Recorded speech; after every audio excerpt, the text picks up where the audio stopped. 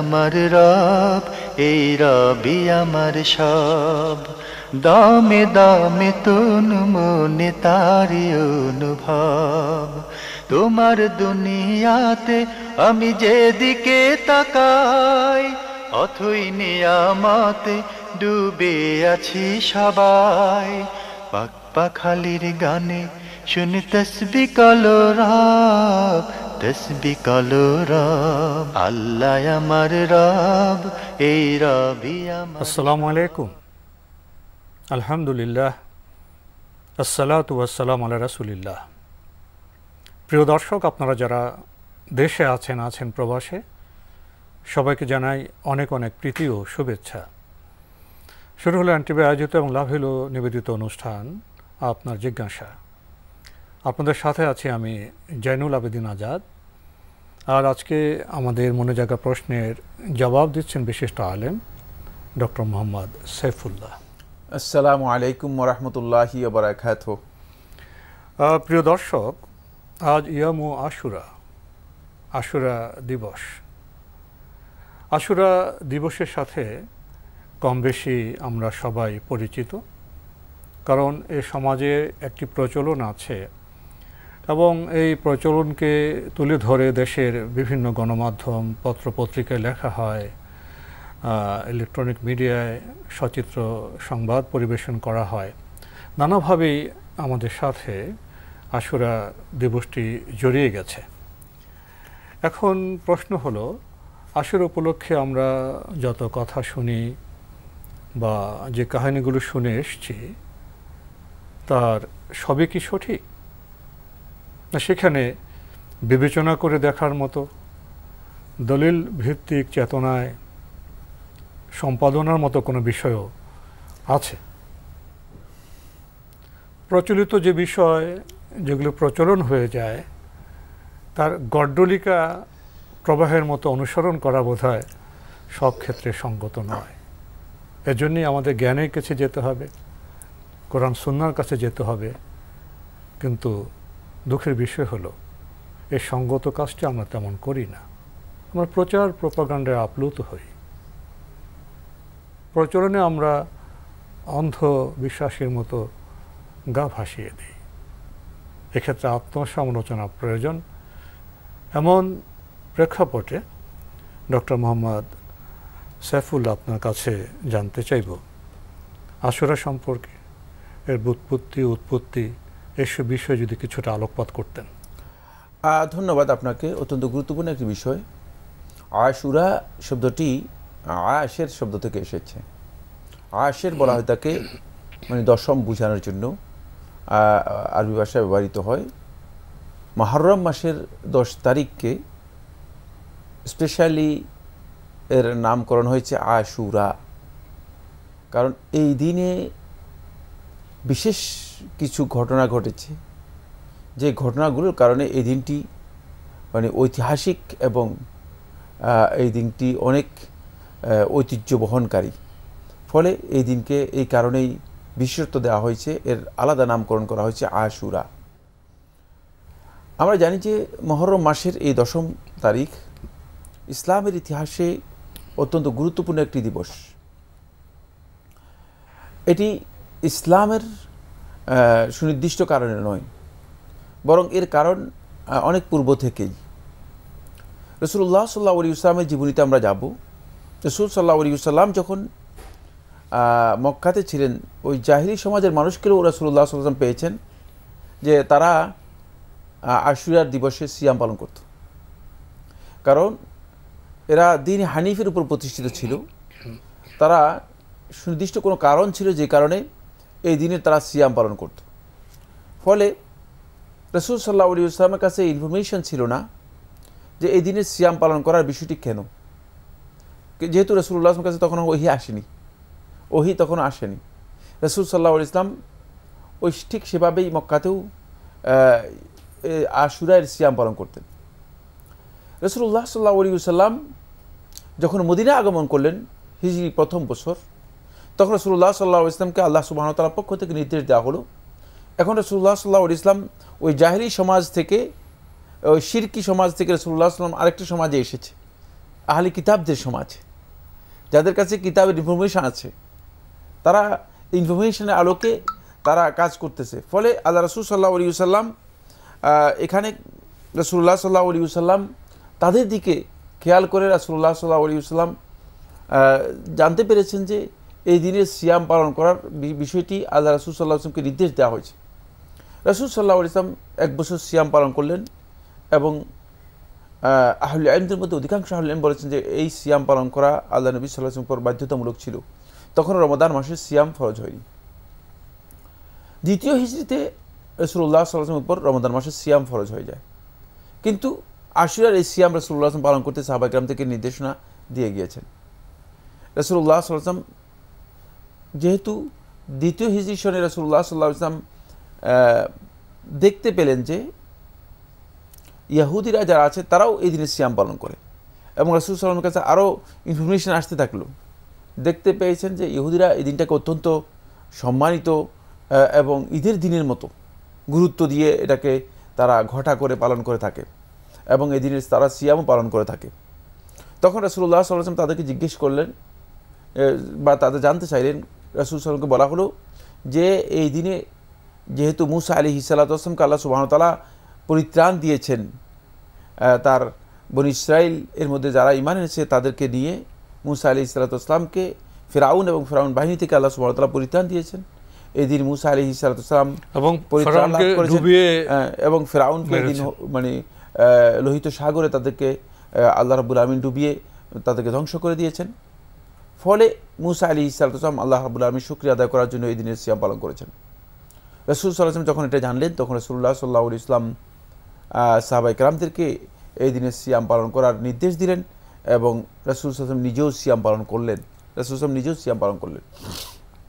এখান থেকে বোঝা যায় যে আশুরার ইতিহাস হচ্ছে মূলত মুসা আলাইহিস সালাতু ওয়াস সালামের ইতিহাসের সাথে জড়িত এবং রাসূলুল্লাহ সাল্লাল্লাহু আলাইহি ওয়াসাল্লাম এই দিনের সিয়াম রাসূলুল্লাহ সাল্লাল্লাহু আলাইহি ওয়াসাল্লাম ওই মুসা আলাইহিস সালাতু ওয়াস সালাম যেহেতু এই দিনে মুক্তি লাভ করেছিলেন সেটাকেই টার্গেট করে আল্লাহ নবী সাল্লাল্লাহু আলাইহি ওয়াসাল্লাম এই দিনের সিয়াম পালন করতে নির্দেশ দিয়েছেন এবং শুকরিয়া আদায় করার জন্য রাসূল সাল্লাল্লাহু আলাইহি ওয়াসাল্লাম এই দিনের সিয়াম পালন করেছেন। ফলে আশুরা হচ্ছে মূলত এটা একটা শুকরিয়ার দিবস, এটা হচ্ছে নাজাত পরিত্রাণের দিবস। আশুরা হচ্ছে আল্লাহ রাব্বুল আলামিনের পক্ষ থেকে বান্দার জন্য রহমতের একটি দিবস। এটা এই কারণেই রাসূলুল্লাহ সাল্লাল্লাহু আলাইহি ওয়াসাল্লাম এই দিনের সিয়াম পালন করতে বলেছেন এবং সিয়াম পালন করেছেন, করতে সাহাবায়ে কেরামদেরকে নির্দেশনা দিয়েছেন। সেখান থেকেই শুরু হয় আশুরার সিয়াম। রাসূল সাল্লাল্লাহু আলাইহি ওয়াসাল্লাম একেবারে 10 মানে মৃত্যুর আগের বছর অর্থাৎ 10ম হিজরি পর্যন্ত রাসূল সাল্লাল্লাহু আলাইহি ওয়াসাল্লাম এই দিনের সিয়াম পালন করেছেন, এই দিনের সিয়াম পালন করেছেন। কিন্তু 11 হিজরি সনে রাসূলুল্লাহ সাল্লাল্লাহু আলাইহি ওয়াসাল্লাম আর জীবিত থাকেননি সিয়াম পর্যন্ত। রাসূলুল্লাহ সাল্লাল্লাহু আলাইহি ওয়াসাল্লাম রবিউল আউয়াল মাসেই রাসূলুল্লাহ সাল্লাল্লাহু আলাইহি ওয়াসাল্লাম ইন্তেকাল হয়ে যায় 12 তারিখে। পরে রাসূলুল্লাহ সাল্লাল্লাহু আলাইহি ওয়াসাল্লাম 10ম হিজরি সনে আকাঙ্ক্ষা করেছিলেন যদি আমি আগামী বছর থাকি তাহলে 9 তারিখও একসাথে সিয়াম পালন করব, 9 এবং 10 এর সাথে যুক্ত করে 9 এবং 10 তারিখের সিয়াম পালন করব। এখান থেকে বোঝা যাচ্ছে যে শুধু আশুরা এটা শুধু 10 তারিখের কারণে নয়, বরং এটা হচ্ছে আগের সেই ঘটনা এবং এর সাথে যুক্ত করেছেন রাসূল সাল্লাল্লাহু আলাইহি ওয়াসাল্লাম 9 তারিখকেও যুক্ত করে দিয়েছেন, 9 তারিখের সিয়ামও এর সাথে যুক্ত করেছেন। কিন্তু এই ঘটনার সাথে কাকতালীয়ভাবে একটি ঘটনা যুক্ত হয়ে গিয়েছে, সেটা হচ্ছে হুসাইন ইবনে আলী রাদিয়াল্লাহু আনহু শাহাদাতের ঘটনা। 10ই মুহররমে হয়েছে 61 হিজরি সনে, যেটা মুসলিম উম্মার ইতিহাসের সবচেয়ে কলঙ্কিত অন্ধকারাচ্ছন্ন একটি ইতিহাস, কোনো সন্দেহ নেই। আল্লাহ রাসূল সাল্লাল্লাহু আলাইহি ওয়াসাল্লামের এত ঘনিষ্ঠ মানুষগুলো যারা আল্লাহ রাসূল সাল্লাল্লাহু আলাইহি ওয়াসাল্লামের একেবারেই কাছের মানুষ, হুসাইন ইবনে আলী রাদিয়াল্লাহু আনহুকে যারা এত ভালোবাসতেন, যাদের এত ভালোবাসা ছিল যে তারা রাসূলুল্লাহ সাল্লাল্লাহু আলাইহি ওয়াসাল্লাম ইন্তেকালের এত অল্প সময়ের মধ্যেই তারা রাসূলুল্লাহ সাল্লাল্লাহু আলাইহি ওয়াসাল্লামের দহিত্র হুসাইন ইবনে আলী রাদিয়াল্লাহু আনহুকে হত্যা করবে, এই বিষয়টি বিবেচনার কাছেও আসে না। সুতরাং এখান থেকে বোঝা যাচ্ছে যে এটি একটা ভয়ঙ্কর একটা ষড়যন্ত্র ছিল, যেটা মুসলিম উম্মার বিরুদ্ধে কোনো না কোনো গোষ্ঠী, কোনো না কোনো কুচক্রী মহল এটাকে কি করেছে, তৈরি করেছে। জি, সেটা একেবারে স্পষ্ট রয়েছে। এই কারণেই হুসাইন ইবনে আলী রাদিয়াল্লাহু আনহু নিহত হওয়ার বিষয়টি বা শাহাদাত এই বিষয়টি, এটা কিন্তু আশুরার ঘটনার সাথে জড়িত নয়, কিন্তু আশুরা এই দিনে ঘটে গিয়েছে, মানে ওই দিনটাও 10ই মুহররম ছিল, ওই দিন 10ই মুহররম ছিল। এখন আমাদের সমাজের কিছু সংখ্যক লোক মনে করে থাকেন যে আশুরা হচ্ছে একটা শোক দিবস। আশুরা শোক দিবস নয়, ঐতিহাসিকভাবে এটি শোক দিবস নয়, যদিও কোনো সন্দেহ নেই হুসাইন ইবনে আলী রাদিয়াল্লাহু শাহাদাত এদিন হয়েছে, এতেও কোনো সন্দেহ নেই। 2 নম্বর হচ্ছে আশুরা এর সিয়াম হুসাইন ইবনে আলী রাদিয়াল্লাহু শাহাদাতের কারণে নয়, কিন্তু কোনো সন্দেহ নেই এটাও মানে নিতে হবে যে 10 তারিখে হুসাইন ইবনে আলী রাদিয়াল্লাহু শাহাদাত ঘটনা ঘটেছে। ফলে মুসলিম উম্মাহ দুটি জিনিসকে, দুটি আলাদা ঘটনা, একটা হচ্ছে 61 হিজরি সনে কারবালা এর ময়দানে হুসাইন ইবনে আলী রাদিয়াল্লাহু শাহাদাতের বিষয়টি, আরেকটি হচ্ছে মুসা আলাইহিস সালাতু ওয়াস সালাম ফিরআউন এবং তার বাহিনী থেকে পরিত্রাণের বিষয়টি, মুক্তির বিষয়টি। দুটি আলাদা ঘটনা, আলাদা ঘটনাকে আলাদা গুরুত্ব রয়েছে, আলাদা ঘটনাকে একসাথে সাথে ইবাদত যুক্ত হয়েছে, আরেকটির সাথে ইবাদত যুক্তি নেই, দুটাকে একসাথে করে দিয়েছে। হুসাইন ইবনে আলী রাদিয়াল্লাহু আনহুর শাহাদাতের ঘটনার সাথে মুসলিম উম্মাহর কোনো ইবাদত জড়িত নেই, তবে কোনো সন্দেহ নেই এই ঘটনার সাথে মুসলিম উম্মাহর ঐতিহ্য জড়িত আছে মুসলিম উম্মাহর ভালোবাসা, এবং আবেগ, ভালোবাসা, এমনকি হুসাইন ইবনে আলী রাদিয়াল্লাহু শাহাদাতের যে মর্মান্তিক মানে বেদনা, কষ্ট, সেটা মুসলিম উম্মাহর অবশ্যই এর সাথে জড়িত। এই বিষয়ে আমরা আপনার সাথে আরো কথা বলবো। লক্ষণীয় বিষয় হলো মানুষ তো সঠিক পথে চলতে চায়, সঠিক এবং শুদ্ধ পথে চলাই তো মানুষের কর্তব্য, কিন্তু সেখানে বাধা এসে যায়, প্রতিবন্ধকতা এসে যায়, সেখানে রয়েছে শয়তানের চ্যালেঞ্জ। সে শয়তান জিন শয়তান হতে পারে এবং সেই শয়তান মানব শয়তানও হতে পারে। আশুরা প্রসঙ্গে দেখুন না, যদি জ্ঞানভিত্তিক দলিল ভিত্তিকভাবে আমরা আশুরাকে জানতাম, আশুরার চেতনায় শানিত হতাম, তাহলে আমাদের সমাজ অনেক বেশি উপকৃত হতো। কিন্তু শুরুতে এখানে জ্ঞানগত বিভ্রান্তি রয়েছে, যার কিছুটা একটু আগে আমরা শুনেছি। নবী ইসলাম যে আশুরার কথা বলেছেন, সাহাবীরা যে আশুরা পালন করতেন, সেটা তো হযরত মুসা ইসলামের ঘটনাকে কেন্দ্র করে। সে ঘটনার ইতিহাস আছে, সে ঘটনার বার্তা আছে। তাওহীদের পতাকা উড্ডীন রাখতে গিয়ে ফিরআউনের সাথে দ্বন্দ্ব হয়েছিল হযরত মুসা ইসলামের। আল্লাহর সাহায্যে সেই দ্বন্দ্বে মুসা ইসলামের বিজয় হয়েছে এবং যারা অপশক্তি তাদের পতন ঘটেছে, সেখানে একটি বার্তা রয়েছে।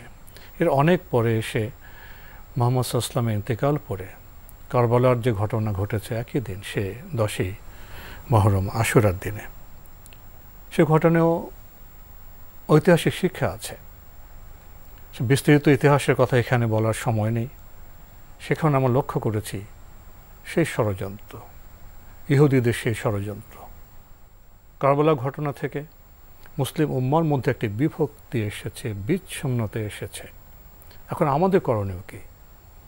সেই বিভক্তির পথে চলা, অন্ধকারের পথে চলা, না জ্ঞানের ভিত্তিতে, দলিলের ভিত্তিতে বিভক্তি থেকে বেঁচে মুসলিম ভ্রাতৃত্বের ঐক্যসূত্রে গ্রথিত হওয়া?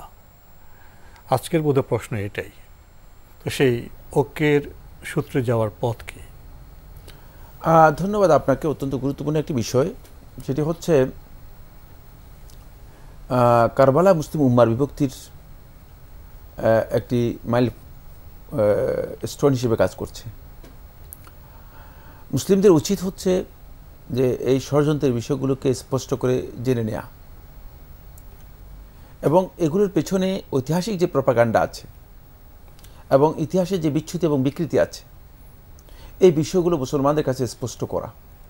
যতদিন পর্যন্ত এই বিষয়গুলো স্পষ্ট না হবে, ততদিন পর্যন্ত মুসলিম উম্মার মাঝে আবেগের কারণে এবং মুসলিম উম্মার অজ্ঞতাকে ব্যবহার করে মুসলমানদেরকে বিচ্যুত এবং বিভ্রান্ত করার অপপ্রচার অথবা অপচেষ্টা চালিয়ে যাবে। এই কারণেই আজকে সবচেয়ে গুরুত্বপূর্ণ বিষয় হচ্ছে যেটি, সেটা হলো যে আমাদেরকে জানতে হবে যে এর আসলে সঠিক ইতিহাস কী। এখান থেকে বের হতে হলে প্রথমেই সঠিক ইতিহাস জানতে হবে। আদৌ কি হুসাইন ইবনে আলী রাদিয়াল্লাহু হত্যাকাণ্ড যেটা হয়েছিল সেটা কি মানে প্রি প্ল্যান্ট, মানে আগে থেকে পরিকল্পিত করে হোসেন ইবনে আলী রাদিয়াল্লাহু হত্যা করা হয়েছে, মিথ্যা কথা, ঐতিহাসিকভাবে এটি প্রমাণিত হয়নি। আর 2 নম্বর বিষয় হচ্ছে হোসেন ইবনে আলী রাদিয়াল্লাহু যারা হত্যা করেছে, যারা হত্যার সাথে সরাসরি জড়িত ছিল, তারা অধিকাংশই মুনাফিক এবং মানে ইসলামের নামে লেবাসধারী ছিল। তাদের একটি নির্দিষ্ট ইতিহাস আছে, তাদের পরিচয় আছে, ইসলামের নামে লেবাসধারী ছিল। ফলে এটাকে কেন্দ্র করে মুসলিম উম্মাহকে বর্তমানে যে বিভিন্নভাবে বিভক্ত করা হচ্ছে, মুসলমানদের অস্তিত্বকে টুকরা টুকরা করে দেওয়া হচ্ছে, এটি সবচেয়ে বড় বিভ্রান্তি, সবচেয়ে বড় মুসলিম উম্মার জন্য ক্ষতিকর কাজ। এখানেও দুটো প্রান্তিক গোষ্ঠীর অবস্থান লক্ষ্য করা যাচ্ছে। প্রান্তিকতা থেকে আমাদেরকে বেরিয়ে আসতে হবে। এভাবে প্রথমে এর সঠিক ইতিহাস আমাদেরকে জানতে হবে। আমরা জানি যে ইসলামের ইতিহাস যারা লিখেছেন তারা 2-3টি ধারায় বিভক্ত হয়ে গিয়েছেন। ফলে শিয়া কবলিত অথবা রাফেজি অধ্যুষিত যে সমস্ত ইসলামের ইতিহাস আমাদের সমাজের মধ্যে আছে, সবগুলোতেই ব্যাপকভাবে এমন কিছু কল্পকাহিনী তৈরি করে দেওয়া হয়েছে, যে কল্পকাহিনীর ভিত্তি মূলত ওই কারবালার যে ঘটনা আছে, এই ঘটনার সাথে মোটেও মানে যারা প্রকৃত দোষী, যারা প্রকৃত অভিযুক্ত, তাদেরকে বাঁচানো হয়েছে। তো সেখানে কারবালাতে কি ঘটেছিল এই বিষয়গুলো একেবারে আড়াল করে এখানে শুধুমাত্র দেখানো হয়েছে যে বিষয়টি, সেটা হলো এই যে হোসেন ইবনে আলী রাদিয়াল্লাহু হত্যা করার জন্য মানে তারাই চেষ্টা করেছে যারা ইসলামের ঝান্ডাবাহী ছিল তারা। নাউজুবিল্লাহ, প্রশ্নই আসে না, তাহলে তো ইসলামকে ধ্বংস করে দিলাম আমরা। দ্বিতীয় বিষয় হচ্ছে যেটা, সেটা হলো অপরদিকে কিছু সংখ্যক লোক, এই কারণেই একদল লোককে দেখা যায় যে তারা ব্যাপকভাবে এর বিপরীত যারা আছে তাদেরকে গালিগালাজ, এমনকি সাহাবায়ে কেরামদের মধ্যে অনেকে পর্যন্ত তারা গালিগালাজ শুরু করে দিয়েছে, মানে তীব্র প্রপাগান্ডা। আবার বিপরীত দিক থেকে একটা বিষয়, একদল লোক তারাও এক প্রান্তিকতায় চলে গিয়েছে, যে তারা এই ঘটনাকে কেন্দ্র করে বিভিন্নভাবে হোসেন ইবনে আলী রাদিয়াল্লাহুর বিপক্ষে অথবা সংশ্লিষ্ট যারা ছিলেন তাদের বিপক্ষে বক্তব্য দিয়ে একটা বিভ্রান্তি তৈরি করেছেন। এটা একটা প্রতিক্রিয়াশীলতা, একটা বড় ধরনের বিভ্রান্তি তৈরি করেছেন, যেটা ইসলামের সাথে মোটেও সামঞ্জস্যপূর্ণ নয়। এখানে যেটা আমাদের করণীয় মুসলিম উম্মাহকে একত্রিত করার জন্য, সেটা হচ্ছে প্রথম কথা হচ্ছে এই বিভেদকে যদি আমাদেরকে মুসলমানদের কাছ থেকে পরিপূর্ণরূপে উঠিয়ে নিতে হয়, এটাকে সরাতে হয়, তাহলে অবশ্যই মুসলমানদেরকে খেয়াল করতে হবে যে আল্লাহ সুবহানাহু ওয়া তাআলা মৃত্যু নির্ধারণ করে দিয়েছেন। লিকুল্লিন আজালুন মুসাম্মা, প্রত্যেকের জন্য মৃত্যু নির্ধারিত। এ কথা কেউ বলতে পারবে না যে হোসেন রাদিয়াল্লাহুর মৃত্যু এভাবেই হবে, এটাই আল্লাহ রাব্বুল আলামিনের পক্ষ থেকে নির্ধারিত ছিল। সুতরাং এখানে 1200 বছর পরে, 1300 বছর পরে মানে এর জন্য বিচার কোর্ট বসানোর কোনো সুযোগ নেই। এই কাজগুলো মুসলমানদেরকে আরও বিভক্তির দিকে নিয়ে যাবে, বরং মুসলমানদেরকে বুঝতে হবে যে আমরা আল্লাহ রাব্বুল আলামিনের কাছে এই বিচারের বিষয়টি ন্যস্ত করে দেই।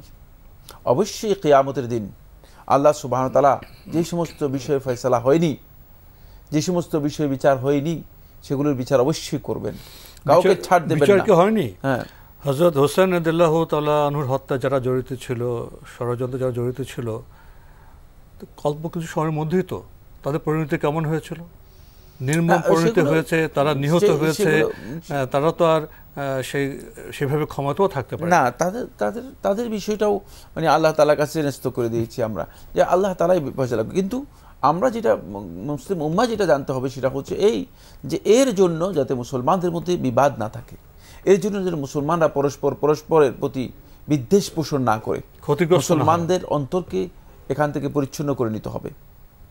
ফলে এখানে যেন মুসলিমরা হোসেন ইবনে আলী রাদিয়াল্লাহু শাহাদাতকে কেন্দ্র করে একদল মুসলিম অপর দল মুসলিমকে গালিগালাজ না করে, এবং মুসলিমরা হোসেন ইবনে আলী রাদিয়াল্লাহু ভালোবাসাকে কেন্দ্র করে এমন কোনো অতিরঞ্জন, এমন কোনো বাড়াবাড়ি না করে যে বাড়াবাড়ি ইসলামে অনুমোদন দেয় না, যেমন নিয়মিত শোক এবং তাজিয়া, এই যে বিষয়গুলো, এটা মুসলিমদের মধ্যে মুসলিমদেরকে আবেগের দিকে নিয়ে যাচ্ছে। শেষের দিকে ইসলামের বিধান মূলত এসে গেছি। জি, আবেগের দিকে নিবে না, ইসলামের বিধান আমাদেরকে নিবে আল্লাহ এবং তার রাসূলের আনুগত্যের দিকে।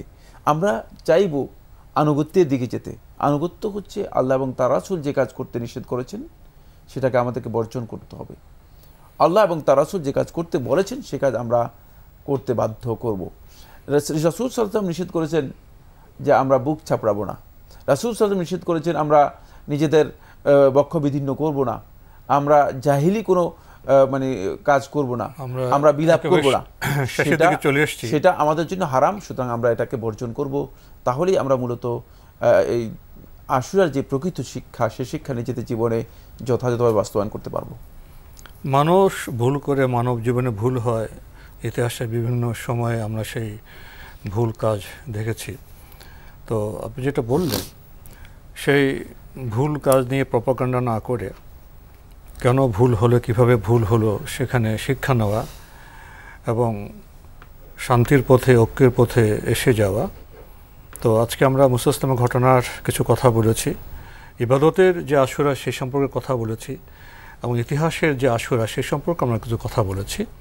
তো আমাদের তো আশুরা দিনে যেটা মূল বিষয় ইবাদত করতে হবে সেটা হলো শুকরিয়ার যে রোজা বা সিয়াম, সেটা আমাদের পালন করতে হবে। শেষে এক বাক্যে আপনি কি বলবেন? আমি এক বাক্যে যেটি বলতে চাই সেটা হলো আশুরা মুসলিম উম্মার জন্য একটি ইবাদতের দিন এবং শুকরিয়ার দিন। সেখানে আমরা সেটাকে মাতম অথবা শোকে যেন পরিণত না করি, এটাই হচ্ছে ইসলামের মৌলিক শিক্ষা। তো আপনাকে অনেক ধন্যবাদ। প্রিয় দর্শক, আমরা দেখছিলাম এনটিভি আয়োজিত এবং লাভেলো নিবেদিত অনুষ্ঠান আপনার জিজ্ঞাসা। আমরা আজকে ইয়ামু আশুরার এই দিনে আশুরা নিয়ে কথা বলেছি।